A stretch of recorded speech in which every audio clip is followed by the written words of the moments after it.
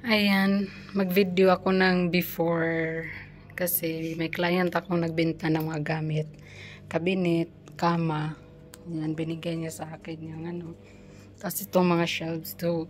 Ayan, ayan yung itsura ngayon sa aming kwarto. Ayan, kama. Kanya na yan, pinalitan na. Nilabas na namin yung dati. Tapos ayan. Tignan, ito yung before. Tingnan natin ang after nito pagka-arrange. Hindi ko alam kung anong unahin ko. At saan ko ilalagay yung mga ibang gamit.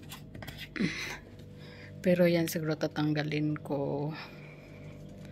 So basta ayan yung before na makalat.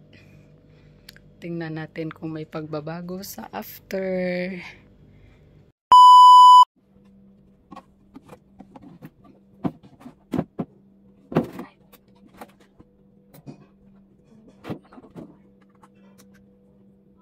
So, ayan ang blue. Napwisto ko na, igitna ko lang. Yan na. Napalitan ko na yan. Hindi ko lang na-videohan yung tinanggal dyan. Kasi umalis yung asawa ko nang mamadali. Hindi ako nakaisip na mag-vlog. So, next naman. Saan ang next? So, ayun po. Mag-update ako. Ayan na. Pero hindi ako satisfied. Hindi pa to tapos. Hindi pa to final. Hindi pa tapos. Ayan pa. Kasi may dapat pa akong gagawin. Una na. Hindi pa tapos. Hindi pa tapos. Kasi ayan, dyan pa yung mga kalat. Ayan, hindi ko pa naayos masyado yan. Pero ito ano ko din. Itatapon. Yan, itatapon.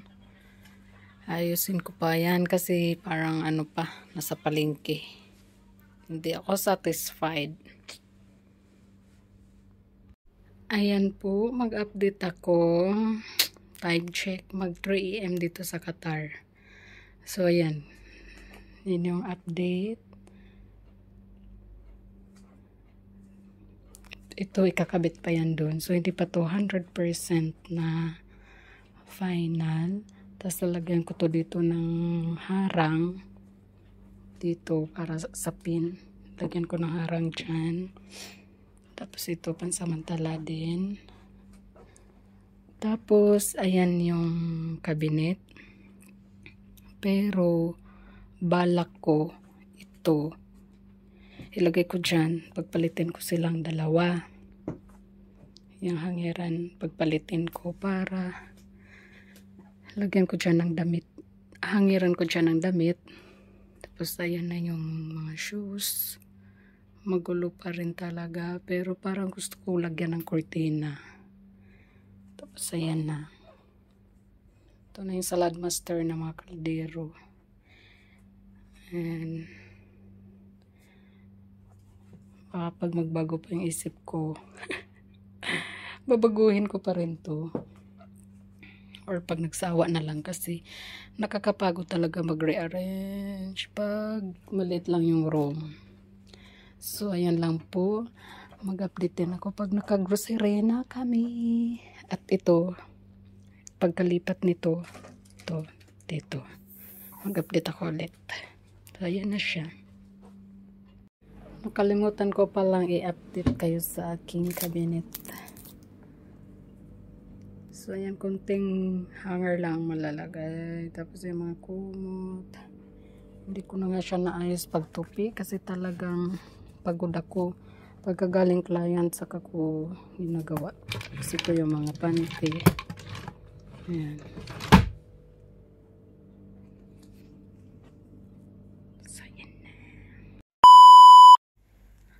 So, update po dito. Ayan na yung shoes. Tapos, yan na yung microwave dyan. Yung mga shoes ko dyan nakalagay. Doon ko sa drawer nilagay. Tapos, ayan yung grocery konti. Dyan. Hindi na lang naman muna nilipat kasi pagod pa daw yung asawa ko or saka na lang daw. So, bag muna nilagay ko. Tapos, yung ibang shoes nandyan. Tapos yung cabinet, dyan na lang daw muna. So, ayan. Tissue. So, dito yung iba kong sapatos.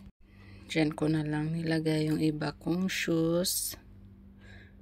Tapos, dyan, tinanggal ko na yung mga bag ko. Yun na nga, nilipat ko na doon. Sinabit ko na doon. Tapos, dito ko na nilagay yung mga bag kong iba. Yan. Hi mga ka-massage. So, ito na yung final.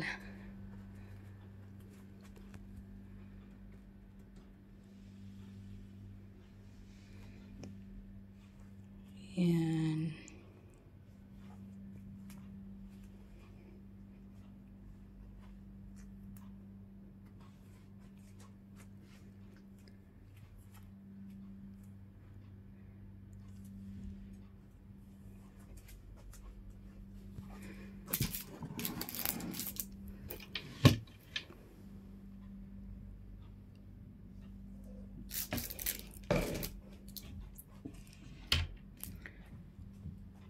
Hindi pa yan nakabit.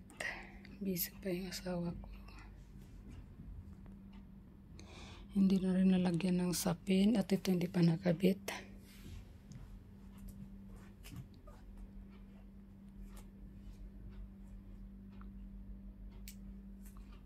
Sarap nito sa likod pag natulog. Tapos dito na siya yung salamin. Yung mga pangabubot. Tapos dito yung mga pang makeup ko na. Dito ko na lang nilagay yung ibang bag na nakasabit dun. So ayun lang po. Salamat sa inyong support at sa pagnood. God bless us all. Thank you for watching. Bye bye.